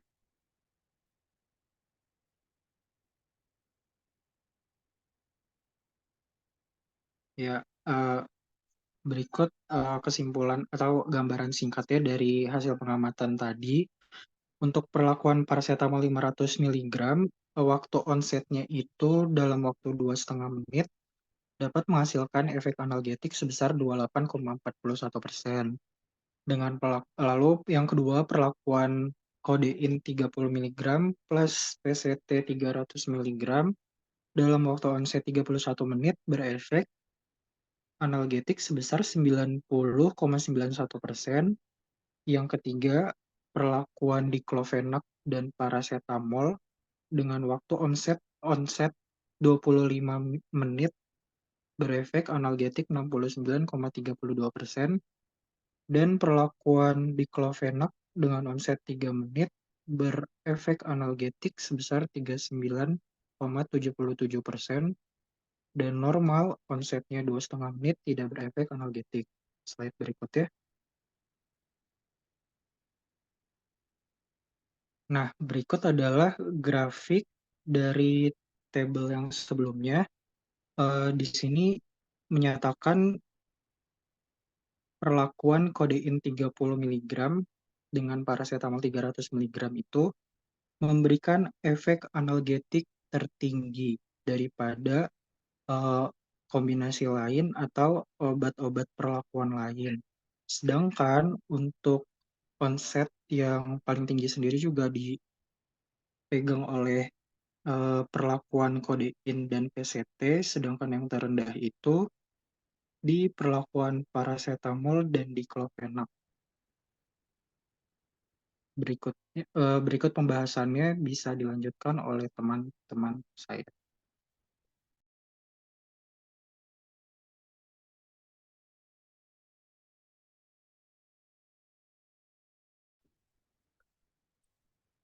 Selanjutnya pembahasan. Setelah dilakukan percobaan, didapatkan hasil praktik.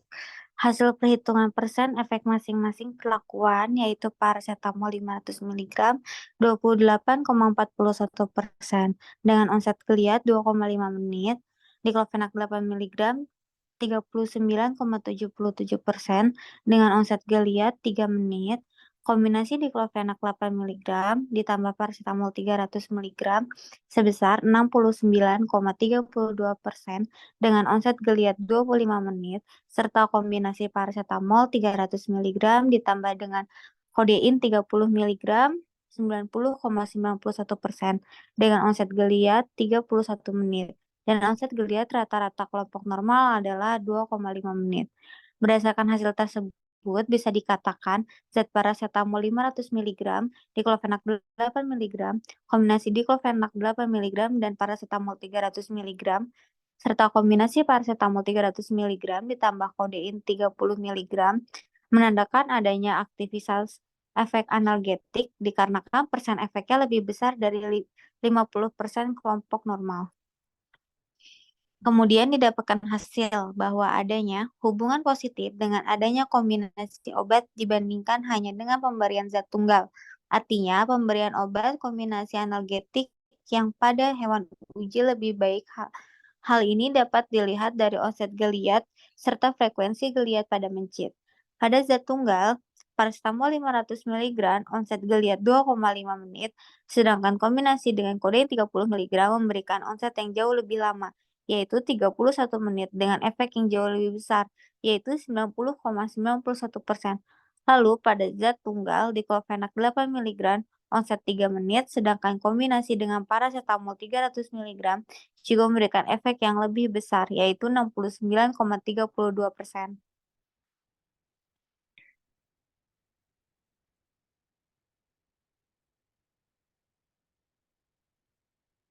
Hal ini sesuai dengan literasi yang kami dapatkan, yaitu pada jurnal efek kombinasi paracetamol dan kodein sebagai analgesia preemptif pada pasien dengan orif ekstremitas bawah dikatakan dalam jurnal ini bahwa penanganan nyeri yang efektif dilakukan dengan pemberian analgetika non-opioid dapat dikombinasikan dengan analgetika sentral.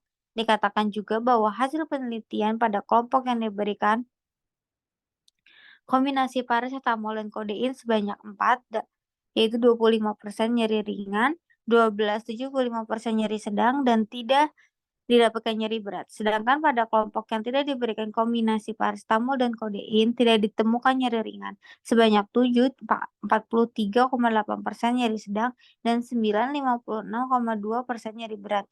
Analisa statistik didapatkan perbedaan yang signifikan antara kedua kelompok dengan sehingga dapat disimpulkan pada jurnal ini kombinasi paracetamol dan kodein dapat digunakan sebagai kombinasi untuk penanganan nyeri seperti analgesia non-opioid, anestesi lokal, dan NSAID. Hal ini juga diperkuat dengan jurnal analgesia praoperasi dengan diklofenak atau paracetamol pada anak yang menjalani perbaikan hernia inguinalis. Diklofenak dan paracetamol umumnya digunakan untuk mengobati nyeri akut pasca operasi pada anak-anak.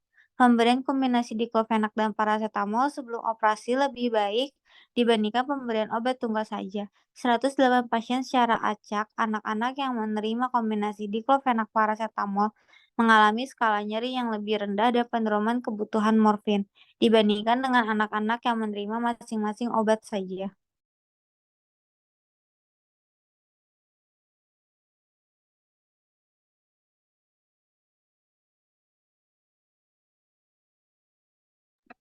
Lalu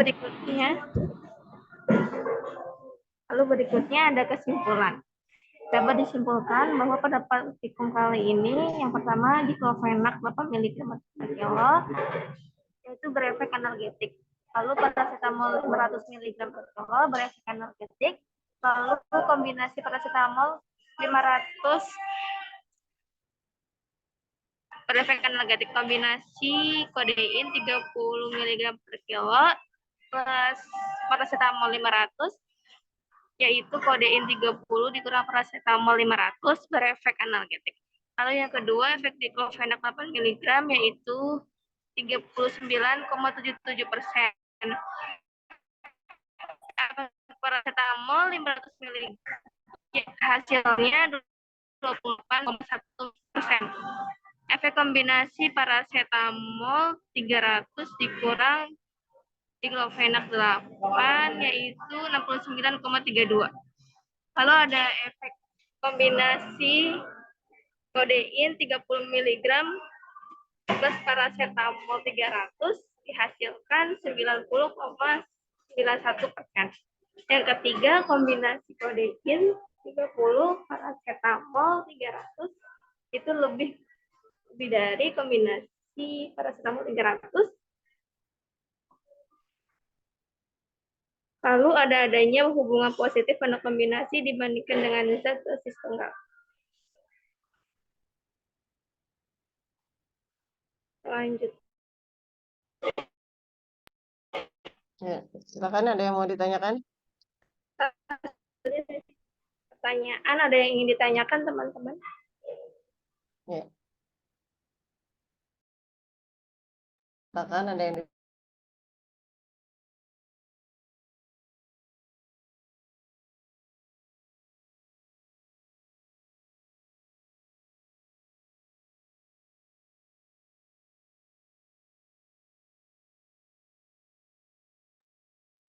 kelompok PTGO ada yang tanya?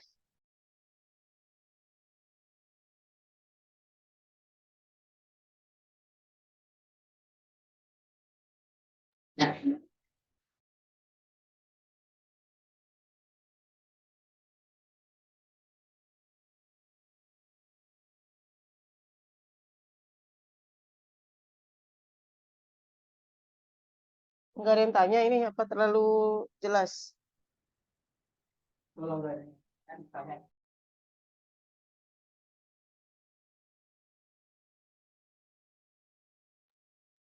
Kayak PTGO pada mau buru-buru selesai. Nggak ada yang tanya. Ya, Mas Ajo.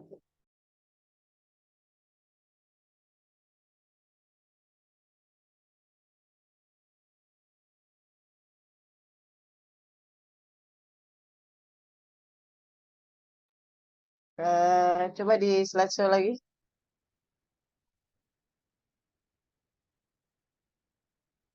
Ya, jangan di kamar saya.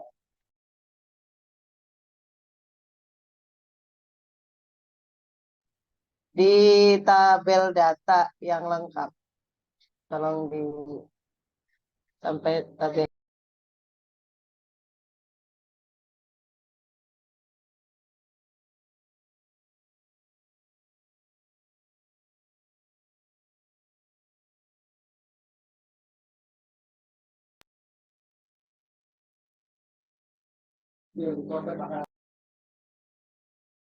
Coba tolong di slide. Oke, saya mau lihat ketepatan mengisi tabel ya. Yang kalau mililiternya mungkin ini sudah pada paham, sudah kepala. Kita lihat dari onsetnya ya, yang start geliat dikurangi dengan pemberian asam astat. Nomor 1 7 itu 3 menit, ya betul. Nah yang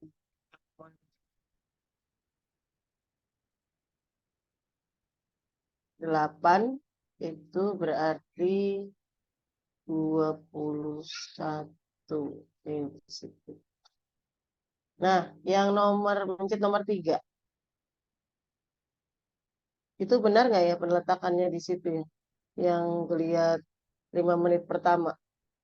Disesuaikan dengan onsetnya. Onsetnya berarti berapa itu? Kalau 19 itu jadi sebenarnya harusnya adanya di tabel yang mana? Lajur yang mana?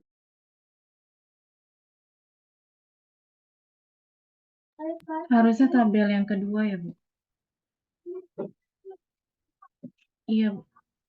Harusnya di tabel geliat 5 menit yang kedua. Iya, jadi mungkin yang lain bingung bisa dijelaskan Mbak Selin. Jadi Kenapa harus tabel kedua? Karena dia itu geliatan pertama atau keduanya itu ada di menit ke-19, Bu.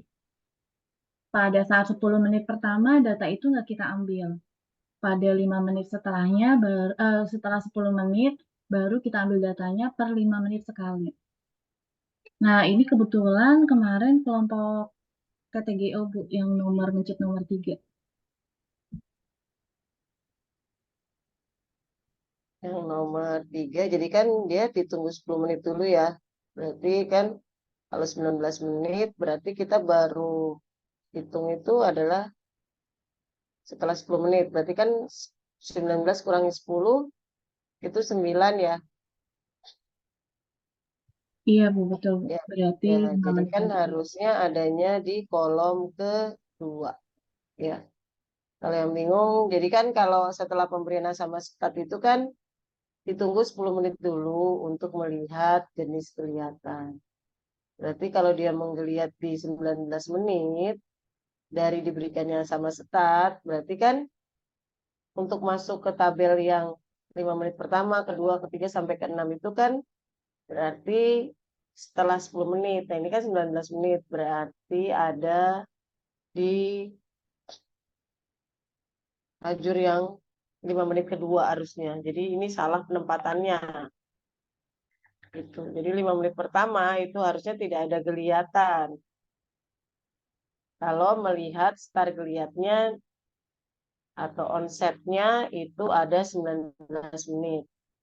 Itu. Yang cheat nomor 9, oke. Cheat nomor 4, oke. Nah, mencit nomor 10. Ada onset, tapi nggak ada jumlah atau tipe nih. Karena kumulatifnya ada 1. Bagaimana, Bu? Mencit nomor 10.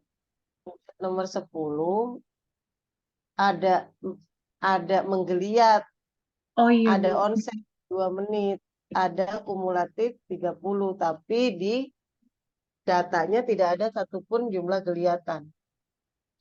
Iya, Bu. Harusnya dia di tabel yang 5 menit pertama itu ada onset tuh di situ. Ya, jadi paham ya. Kemudian di mana tadi? Kesimpulan nih. Maaf. Tadi yang di pembuatan sediaan harusnya dijelaskan dulu ya bagaimana cara membuat larutan induk dan kemudian diencerkan, gitu ya.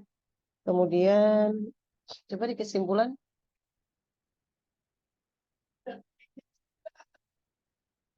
Yang nomor 4 itu apa ya, data apa? 4. 3, maaf. Nomor 3 itu maksudnya kombinasi kodein PCT lebih besar dari kombinasi D8 PCT, lebih besar dari D8 itu apa ya? Onset, Itu persen persen. efek atau apa? Itu persen efek. Oh ya, berarti ditambahkan ya, ini kombinasi apa? Karena ada 2 data, kecuali cuma 1 data saja. Misalnya persen efeknya saja. Misalnya. Nah ini kan ada onset dan kombinasi, jadi tolong ditambahkan untuk nomor 3. Ya. Iya, Bu, baik. Oke, tidak ada yang tanya lagi, kayaknya berarti udah sempurna banget. Untuk analgetik atau mau buru-buru udahan nih. Ya, saya absen dulu, terus nanti saya mau jelaskan soal ujian sekalian ya, sebentar ya.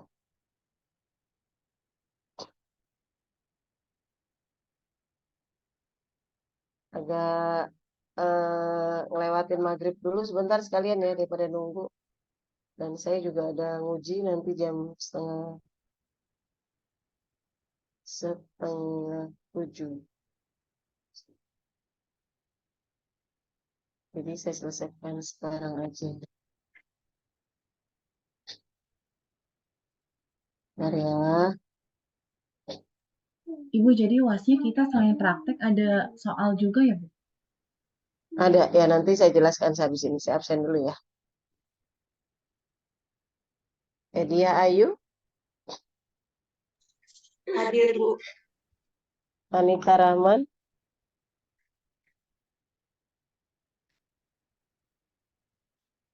Anita Rahman ada? Enggak ada ya? Ada, Bu, di partisipan, Bu. Oke. Sylvia Ibu Sylvia Yunia. hadir. Mala Komala. Hadir, Bu. Muhammad Romli. Jadi ada Romli ya. Yulita. Hadir, Bu. Rafelina. Hadir, Bu. Lulu Ilmaknun. Tadi ada Lulu. Septi. Septi ada? Ada, Bu. Siti Nurmaya. Hadir, Ibu. Ayo dia. Hadir, Bu. Fahmi. Hadir, Bu. Tumben nih Fahmi nggak nanya-nanya. Ananda Sela. Hadir, Silakan Ibu. nanya langsung, Bu. Karena rambutnya lagi jigrak kali. Iskandar Hakim. Hadir, Bu. Mia Febriana. Hadir, Bu. Azara. Azara ada? Ada, Bu, barusan presentasi. Azahira. Hadir, Bu.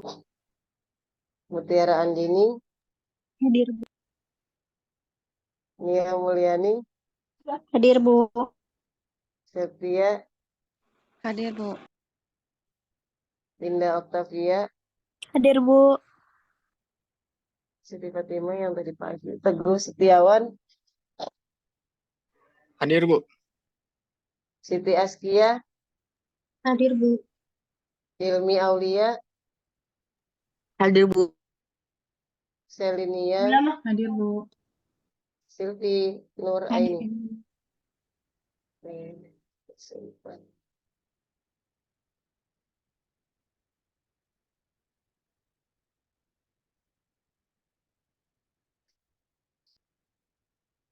Ya, jadi untuk ujian praktikum itu nanti ada teorinya dulu.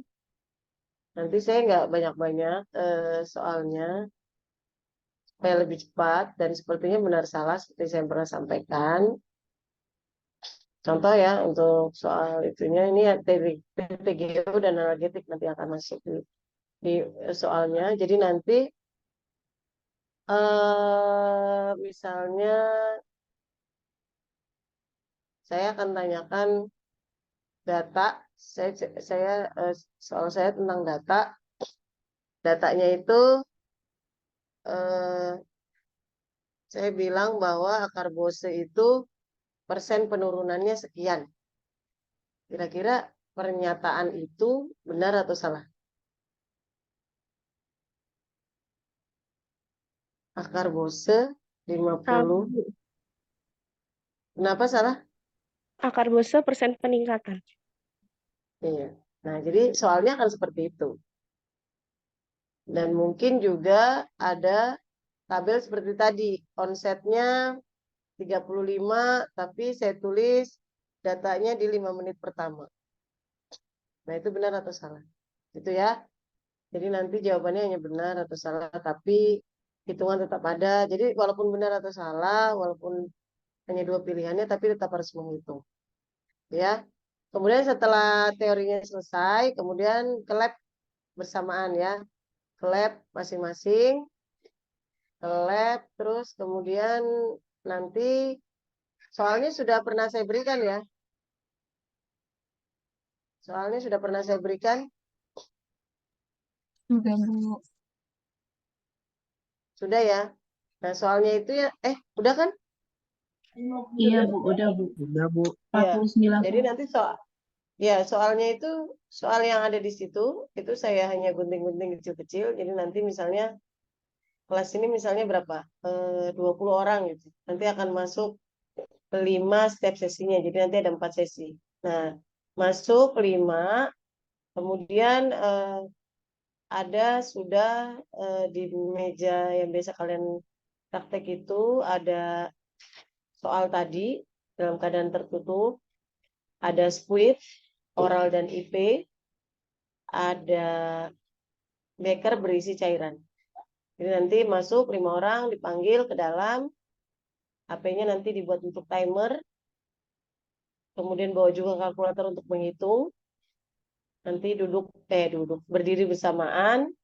Kemudian pada saat saya kasih aba-aba mulai, kemudian soalnya dibalik, ya. Kemudian karena di soal tersebut belum ada berat badan mencit, maka kalian menimbang mencit. Jadi hanya ngambil mencit dari baknya, Kemudian mengembalikannya begitu sudah dapat berat badan, kemudian kembali ke meja kalian, hitung soal yang kalian terima kemarin itu ada dua hitung-hitungan, nomor 1 dan nomor 2. Jadi semua soal apapun analgetik, anestesi, diuretik itu semua ada 2 soal. Gitu ya. Nah, 2 soal itu selalu 1 oral, 1 IP. Ya, jadi setelah tadi kalian nimbang, kembali mulai dihitung karena kalian sudah dapat beratnya.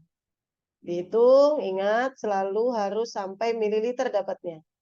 Kalau hanya miligram berarti salah. Dan ingat hasilnya pasti 0,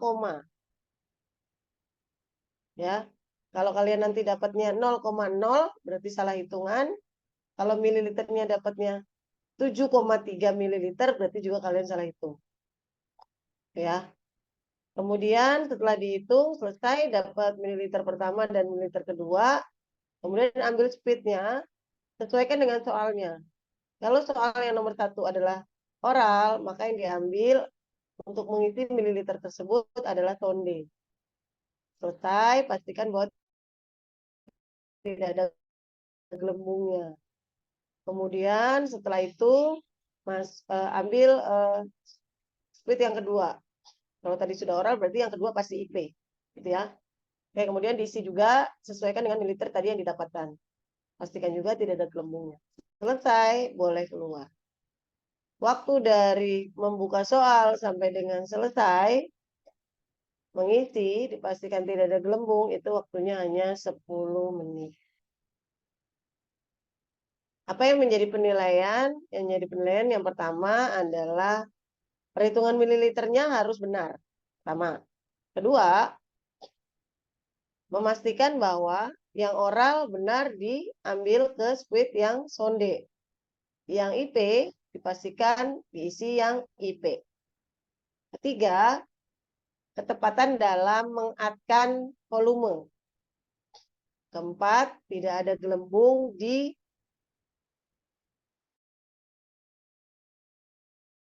speed.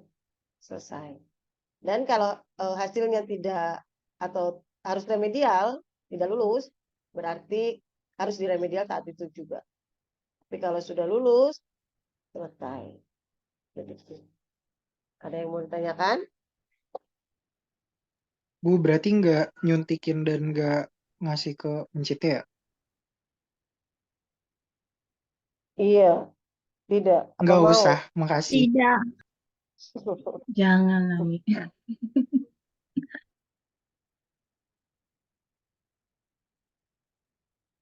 Gimana? Ibu mau nanya, Bu. Jadi contohnya kalau yang soal pertama itu kan GOM 2%. Berarti kita hitung GOM-nya dulu. Terus setelah itu dia itu IP-nya kloral hidras. Berarti kita hitung si kloralnya. Betul, Bu? Betul. Jadi sesuai dengan yang tertera aja ya, Bu. Nggak perlu kita tambahin yang lain. Betul. Jadi apa yang ada di setiap kotaknya nomor 1, nomor 2 itu yang dikerjakan. Nah, nanti larutannya cuma 1, anggap saja itu GOM juga, kloral juga. Gitu. Jadi tidak menghitung pembuatan sediaan, tidak. Pertanyaannya sudah dibaca belum itu soalnya? Udah, Bu. Tapi tetap kita harus hitung dulu kan, Bu? Betul. Kan kita kalau nggak hitung label etiketnya nggak tahu Bu berapa ini. Sudah ada di situ. Di bawahnya. Oh iya, Bu. Tapi itu kan per 6 mili ya, Bu. Jadi harus dijadiin per mili. Tetap dihitung terhadap sediaan. Tapi kan tidak menghitung seperti biasanya kan. Kalau biasanya kan harus hitung dulu. Sediaannya ini berapa gitu. Sediaannya sudah ada di situ. Iya, Bu. Satu lagi, Bu. Jadi kalau kita masukin obat ke spuit tuh, Bu, kan ada jendongannya tuh, Bu. Spuit itu ada yang karetnya rata, ada yang karetnya itu ada benjolannya gitu kan, Bu. Nah, pertanyaan saya, kalau misalnya dia 0,1, berarti batasnya itu garisnya itu di jendongan atasnya apa yang bawah gitu, Bu. Dia kan kayak cekung gitu kan, Bu. Jadi yang di bawah. Kalau yang ada cekungannya kanan kirinya masih ada air.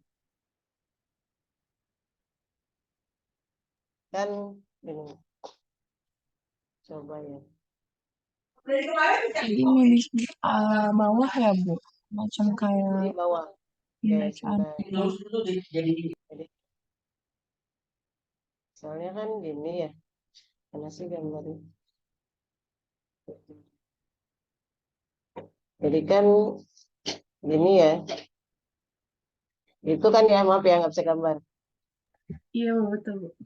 Ya, kalau ini yang jadi penentunya, di sini kan masih ada cairan. Nih. Makanya yang jadi penentunya adalah yang di sini.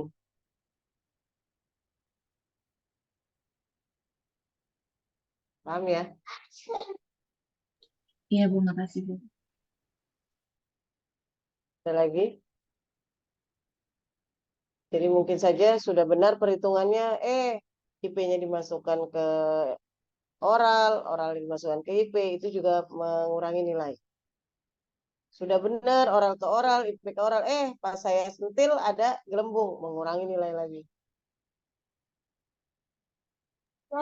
Terus ada tips nggak Bu biar kita bisa menghilangkan gelembungnya itu, Bu? Kalau gelembungnya tidak hilang, keluarkan cairannya semua, kemudian dipompa sampai tidak berbunyi. Biasanya kalau ada airnya dia masih ngik ngik ngik ngik gitu. Itu artinya masih ada udara di dalamnya. Gitu. Kemudian jangan diatkan dulu baru dihilangkan. Jadi kumpulkan gelembungnya di atas, jadi ambilnya tuh agak lebih banyak. Jadi kumpulkan di atas, didorong gelembungnya dengan sekaligus mengatkan. Gitu caranya.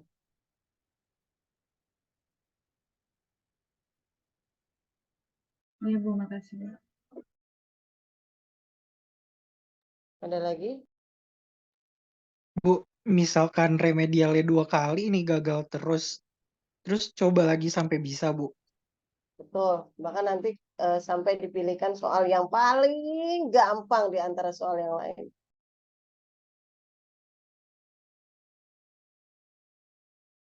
Ada nggak kejadian? Ada. Soal udah dikasih, masih begitu banyak nggak? Banyak. Nanti remedial sekali, remedial 2 kali. Sampai nanti saya pilihkan soal yang menurut saya, ya ampun, ini mah kalau nggak bisa kebangetan banget. Begitu. Makanya saya kasih jauh-jauh hari. Kenapa? Silakan dikerjakan dulu. Dengan harapan tidak ada yang remedial. Bukan melihat temannya. Ya, kalaupun melihat temannya, silakan tanya, ini dari mana caranya? Dari mana asalnya? Kemudian kerjakan sendiri. Karena nanti ujiannya sendiri-sendiri. Begitu. Ibu mau nanya lagi boleh, Bu? Boleh. Kan ada soal nih, Bu. Berikan oral NaCl 1,8% ya, Bu. Tapi larutan yang tersedia itu NaCl 3,6%. Betul. Caranya Berarti gimana? cari dulu kan? Itu kan cari dulu. Beratnya berapa? Misalnya 0,2 per 20 kan? Benar nggak? 0,2 ml per 20 gram gitu kan soalnya? Benar nggak? Iya, Bu, benar. Ya. 0, Berarti nanti kan berat badannya dapat kan? Misalnya 25 ya berarti 25 per 20 kali 0,2 gitu kan? pengenceran berarti ya, Bu ya? Enggak pengenceran. Gimana Bu bisa diulang, Bu? Misalnya kan 0,2 ml per 20 gram untuk sediaan 1,8%, betul nggak? Iya, Berarti kan dicari gitu. dulu. Ya, beratnya diketahui, beratnya 25. Jadi kan 25 per 20 kali 0,2. Dapatlah mililiternya, benar nggak? Iya, Bu, dapat. Terus Ya, sediaan. mililiternya itu kan untuk yang 1,8. Betul? Betul nggak? Iya, betul Bu. Tapi yang Ya, tersedia sedangkan 36. sediaannya 36. Berarti kan 36 per 1,8 kali mililiter tadi. Begitu aja sih. Sesimpel itu. Iya Bu, makasih Bu. Iya. Jadi jangan dibuat pusing. Itu nggak ada yang susah. Coba dikerjakan dulu, silahkan. Nanti kalau ada yang mungkin mau ditanyakan, silahkan. Tapi untuk minggu depan saya tidak buka kelas ya. Saya buka absen aja. Jadi silakan mungkin kalau kebetulan ada di HIPA, ketemu saya, silakan ditanyakan atau melalui WA boleh. Ibu, kan sama setat yang biasa kita pakai 1% ya Bu. Betul. Tapi di sini yang tersedia itu adanya yang 2%. Masalahnya Berarti di mana? 2 gram dibanding 100 mili gitu ya Bu ya? Betul dong. Berarti 0,02 Ya, per 2000 mili. miligram. Iya, jadi harus per mili semua kan ini. Betul. Iya. Nggak ada yang susah, cuma diganti-ganti doang sediaannya. Makanya silahkan dikerjakan dulu. Baru nanti, oh begini, oh begitu gitu. Kalau nggak ada yang tanya, berarti artinya sudah paham menurut saya. Ya.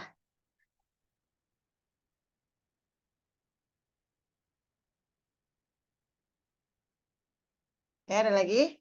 Kayaknya harus saya sudahi dulu karena saya ada ini itu apa namanya sidang seminar proposal untuk di 3 RPL ya. Jadi silakan dikerjakan. Nanti kalau sudah mengerjakan kemudian tahu ada kendala silakan di WA boleh. Kebetulan ketemu saya di KIPA juga boleh. Ya. Mungkin itu ya dari saya untuk hari ini. Terima kasih Bapak Ibu. Sampai ketemu di ujian. Selamat belajar. Wassalamualaikum warahmatullahi wabarakatuh. Waalaikumsalam. Makasih Bu. Terima kasih Bu. Ya, jangan lupa dikerjakan soalnya. Iya Bu.